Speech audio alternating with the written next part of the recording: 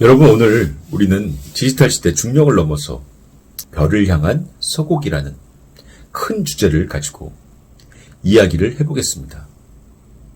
우주를 단순한 대상이 아니라 디지털 시대 인류의 확장 무대로 바라볼 때 두 가지 축이 중요합니다. 하나는 지상과 우주를 잇는 경제적, 기술적 인프라입니다. 또 다른 하나는 먼 미래에 우리가 닿고자 하는 환경적, 윤리적 비전입니다. 디지털 시대 재활용 로켓은 전자, 통신, 소프트웨어로 구성된 디지털 시대 엔진이며 테라포밍은 그러한 엔진이 도달하고자 하는 궁극적인 목적입니다. 먼저 재활용 로켓의 의미를 짚어보겠습니다. 한 번만 쓰고 버리는 발사체는 발사 비용을 극단적으로 높였고 우주 접근을 소수의 전유물로 만들었습니다. 하지만 재활용 로켓은 핵심 부품, 특히 1단 부스터를 회수, 정비, 재사용함으로써 발사 단가를 낮추고 발사 빈도를 높였습니다. 스페이스X가 팰컨 9으로 입증한 것은 단순한 기술 실험이 아니라 우주산업의 비용 구조와 참여자의 지형을 바꾼 사회적, 경제적 혁신이었습니다. 발사의 빈도가 올라가면 위성, 네트워크 구축, 지구 관측, 상업적 실험, 심지어 우주 관광까지 가능해집니다. 디지털 시대의 데이터 경제는 이 점에서 재활용 로켓의 가치와 바로 직결됩니다. 위성을 많이 띄우면 더 많은 데이터가 생성되고 이 데이터는 인공지능과 빅데이터 기술로 분석되어서 새로운 서비스와 과학적 통찰을 낳습니다. 다시 말해 재활용 로켓은 데이터 생산의 인프라를 값싸게 깔아주는 역할을 하는 것이죠. 재활용 로켓이 가능하게 된 구체적인 변화들을 생각해 보십시오. 스타링크 같은 대규모 저궤도 통신망은 수천 기의 위성이 필요합니다. 과거의 일회용 발사체로는 경제성에 맞지 않을 것입니다. 그러나 재활용을 통해서 발사 비용을 낮추면 대역폭을 전 지구로 확장하고 오지의 교육, 의료, 재난 대응에 실시간 서비스를 제공할 수 있습니다. 농업의 정밀 관측, 기후 모니터링, 재난 예측 모두 더 촘촘한 위성 데이터망이 있어서 가능해지는 것입니다. 이 데이터는 지상에서 IoT와 결합되어 스마트 시티, 스마트 팜, 스마트 헬스케어로 이어지는 융복합 가치사슬을 완성하는 것입니다. 다음으로 테라포밍의 비전과 필요성입니다. 테라포밍은 단순히 과학소설 속의 환상이 아닙니다. 이는 행성 환경을 장기적으로 인간 친화적으로 조성하려는 공학적, 생태학적, 윤리적 과제의 집합인 것입니다. 기후위기의 교훈을 통해 우리는 한 행성의 환경을 신중히 다루어야 함을 알게 되었습니다. 그럼에도 불구하고 인류가 우주로 눈을 돌리는 이유는 명확합니다. 첫째, 생존의 분산입니다. 지구에만 존재하는 위험, 대형 소행성 충돌, 치명적 팬데믹 또는 기후붕괴, 이에 대한 완충책으로서의 다른 거주지 확보는 인류의 장기 생존 전략인 것입니다. 둘째, 자원의 확장입니다. 광물, 헬륨3와 같은 에너지 자원은 장기적 산업과 연구에 새로운 기회를 제공합니다. 셋째, 지식의 확장입니다. 다른 행성에서의 실험과 관측은 지구과학과 생명과학을 연결하는 발전시켜 인류 문명을 성숙시킵니다. 테라포밍을 향한 여정은 단기적입니다. 첫 단계는 접근성의 확립입니다. 재활용 로켓과 사이클이 확립되어야 발사 비용이 낮아지고 정기 보급과 대규모 인프라 투입이 가능해집니다. 두 번째 단계는 인프라 구축입니다. 에너지 생산, 거주 모듈, 폐기물 처리, 자원 채취와 정제 시스템이 필요합니다. 세 번째 단계는 환경 제어, 대기 조성, 수자원 확보, 토양 개량입니다. 이 모든 과정은 디지털 기술, 특히 디지털 트윈, 인공지능 기반의 시스템 설계, 로봇과 자동화, 자율 운영 플랫폼에 의해서 가능해집니다. 로봇은 초기 개척자 역할을 하고 인공지능은 대규모 모니터링과 적응 제어를 수행합니다. 스페이스 X의 스타쉽 프로젝트는 이러한 비전과 재활용 철학을 한 축으로 연결합니다. 스타쉽은 1단과 2단 모두를 재활용하는 완전 재사용을 목표로 하고 있습니다. 완전 재사용이 실현되면 발사 비용은 지금보다 훨씬 낮아져 화물과 인력의 대규모 이동이 가능해집니다. 이는 단순히 상업적 우주 활동의 확대뿐만 아니라 달 기지 건설과 화성 전초 기지 조성 같은 실질적 테라포밍 전 단계 활동을 경제적으로 가능하게 만드는 전제 조건입니다. 그러나 명확한 한계와 윤리적 질문이 있습니다. 테라포밍은 행성 생태계에 대한 대규모 개입이며 잠재적 생태계가 존재할 가능성이 있는 곳에 대한 도덕적 책임을 요구하는 것입니다. 또한 우주 자원의 상업화는 누구에게 이익을 줄 것인지 국제적인 규범과 분배의 문제를 제기합니다. 기술적 측면에서는 열 보호, 구조적 내구성, 장기 작업, 자족 시스템, 방사선 차단과 같은 현실적 난제가 남아 있습니다. 디지털 시대의 기술은 이러한 난제를 해결하는 도구를 제공하지만 기술이 곧 윤리적 정당성을 의미하지는 않습니다. 투명한 국제협력, 과학적 검증, 윤리적 가이드라인이 병행되어야 합니다. 18페이지를 보시겠습니다. 재활용 로켓의 핵심은 가장 값비싼 부분인 1단 추진체를 파괴하지 않고 지구로 안전하게 되돌려 정비해 다시 사용하는 데 있는 것입니다.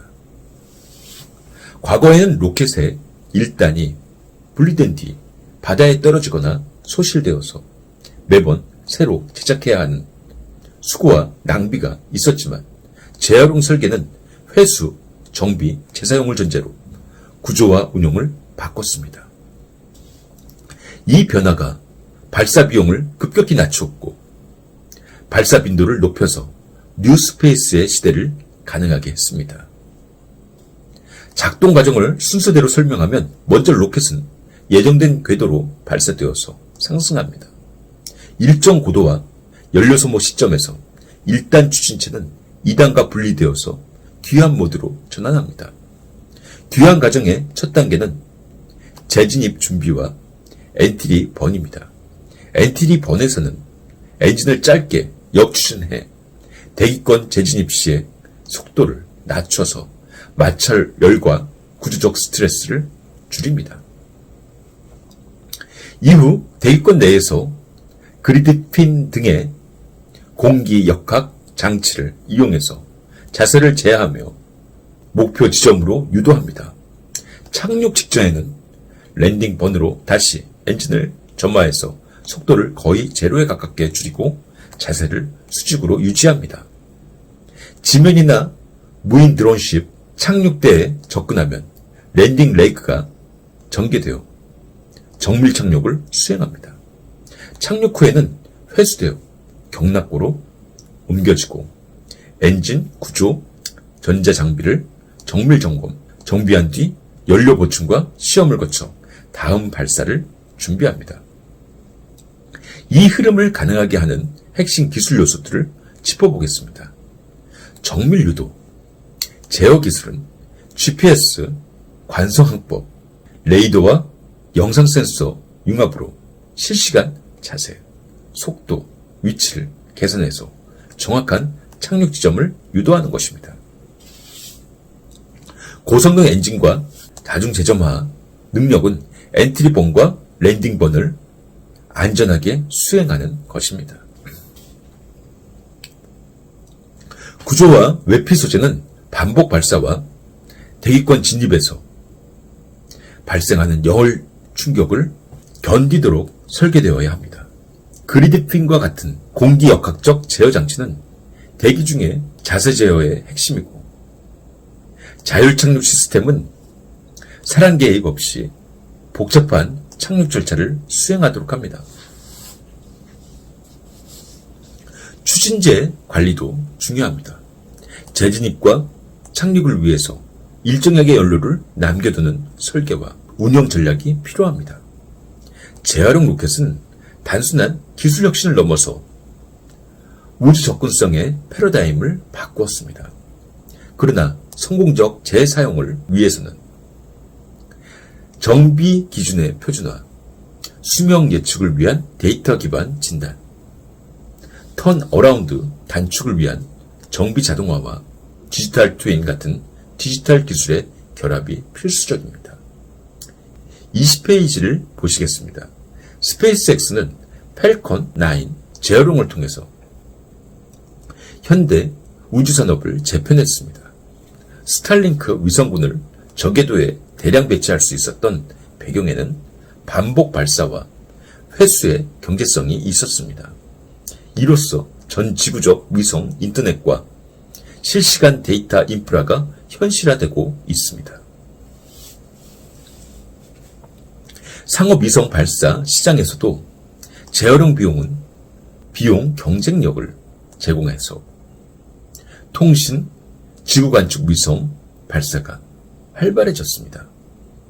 나사와의 협력으로 팰컨 9과 드래곤은 국제우주정거장 ISS의 승무원과 화물을 정기적으로 수송하며 유인 우주 비행의 민간화를 이끌었습니다. 또한 일부 심우주 탐사선의 발사에도 재활용 로켓이 활용되어서 탐사 비용 절감에 기여했습니다.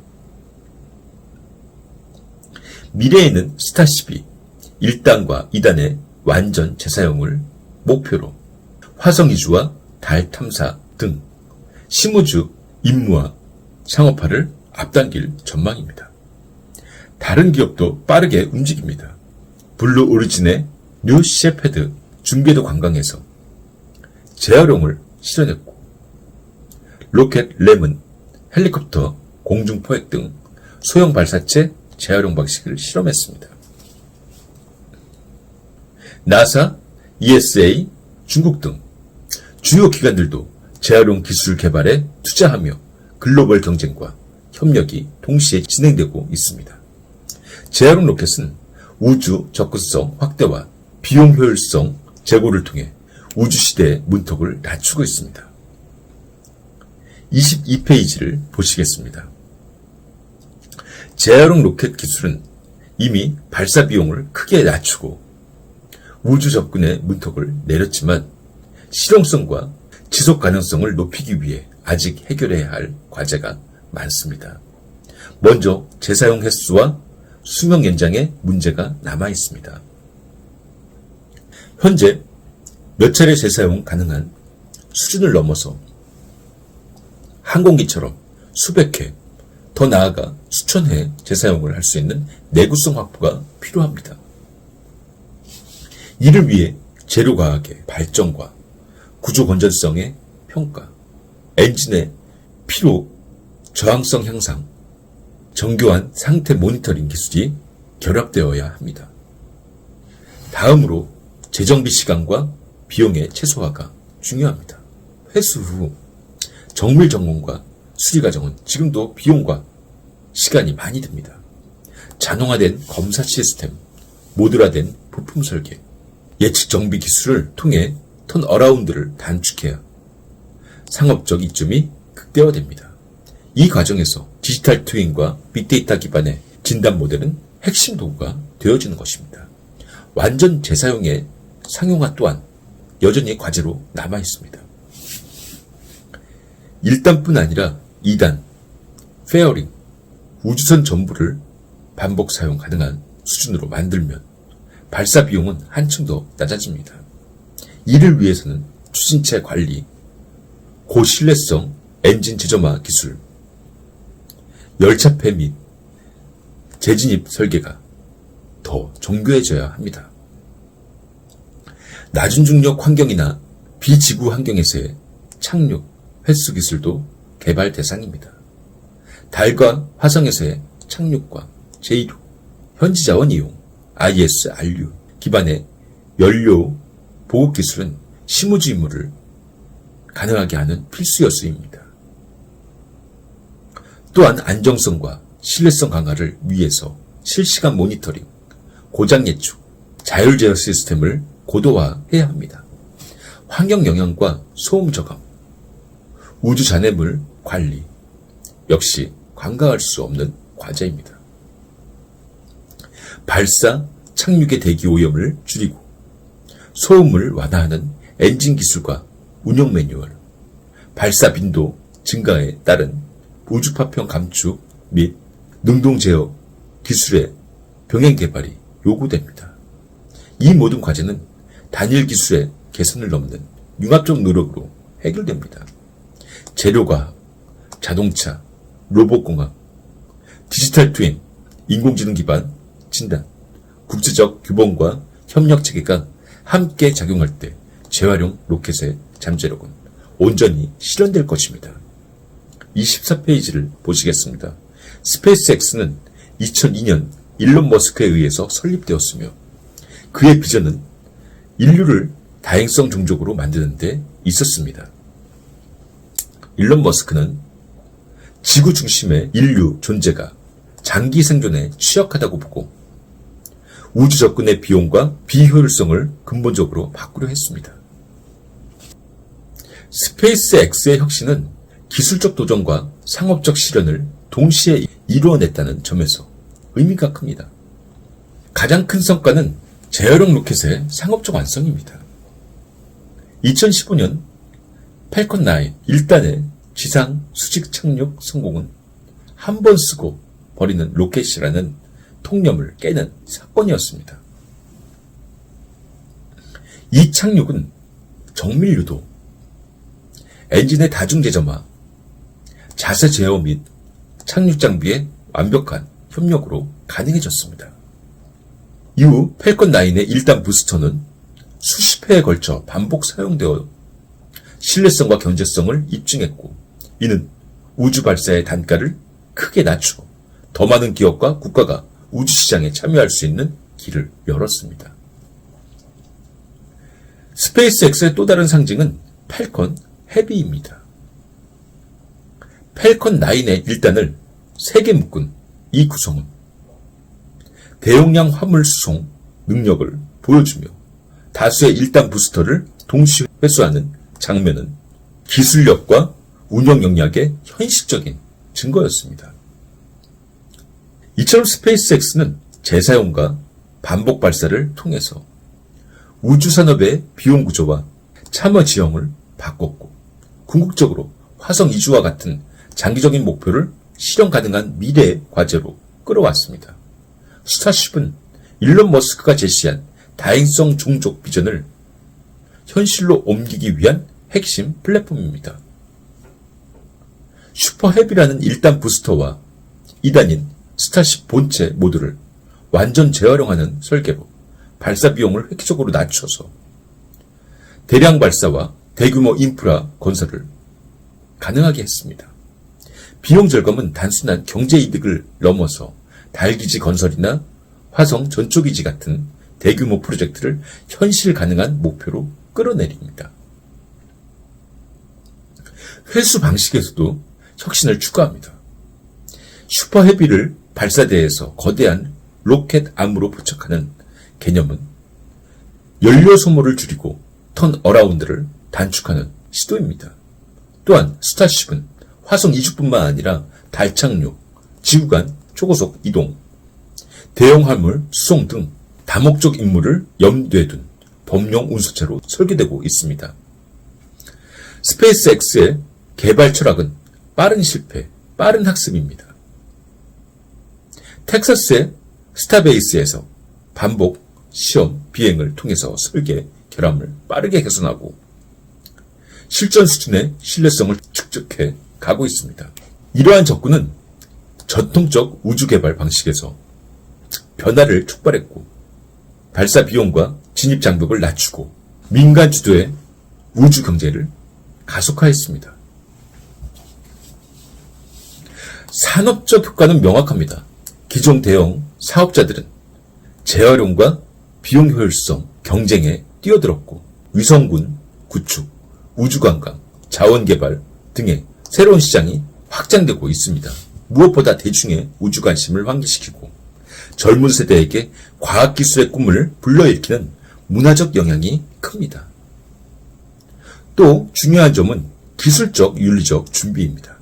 완전 재활용과 대규모 우주 활동은 안전성, 환경영향, 국제규범, 그리고 자원분배에 관한 사회적 합의를 요구합니다. 기술의 진보는 기회이자 책임이며 우리가 어떤 원칙으로 우주를 활용할지에 대한 고민이 함께해야 하는 것이죠. 26페이지를 보시겠습니다. 우주 수송의 새로운 시대를 연 스페이스X의 핵심 산물들, 드래곤 우주선과 스탈링크에 대해서 이야기해 보겠습니다. 먼저 드래곤 우주선을 보십시오. 카고 드래곤은 민간 기업으로서는 최초로 국제우주정거장에 도킹해서 보급 임무를 수행한 역사적인 성과를 이뤄냈습니다. 2012년에 이 성공은 우주 물류의 민간화 가능성을 보여주었고 우주 연구와 실험의 공급망을 안정화시켰습니다. 카고 드래곤은 화물 적재, 배치 효율성, 자동 도킹 절차, ISS와의 안전한 인터페이스를 중심으로 설계되어서 실무적 신뢰를 확보했습니다. 크루 드래곤은 한 단계 더 나아간 혁신입니다. 2011년 미국의 우주 왕복선 프로그램 종료 이후 미국이 다시 자국 발사로 승무원을 보낼 수 있게 된 것은 단순한 기술 복구가 아니라 전략적 자립의 회복입니다. 크루 드래곤은 자동 도킹 시스템, 고실내 비상 탈출 시스템, 탑승자 보호를 위한 항주 거성 설계 등 인명 안전을 최우선으로 설계되었습니다.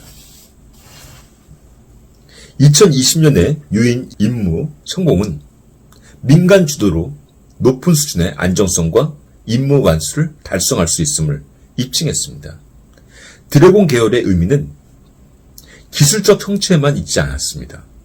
민간 기업이 유인, 화물 수송을 담당함으로써 우주 활동의 비용과 절차가 효율화되고 정부 주도의 발사 수요 부담이 분산되어졌습니다. 이는 우주 활동의 민주화와 다양한 민간 연구, 상업 기회의 확대로 이어졌습니다. 또한 드래곤의 자동화 기술과 승무원 보호 체계는 향후 심우주 임무나 달, 화성, 전초기지 보급의 핵심적 역할을 하게 될 것입니다. 다음으로 스탈링크를 살펴보겠습니다. 스탈링크는 수천 기의 소형 위성을 저궤도에 촘촘히 배치하는 메가 컨스텔레이션 개념으로 전 지구적 저지연, 초고속 인터넷을 목표로 합니다.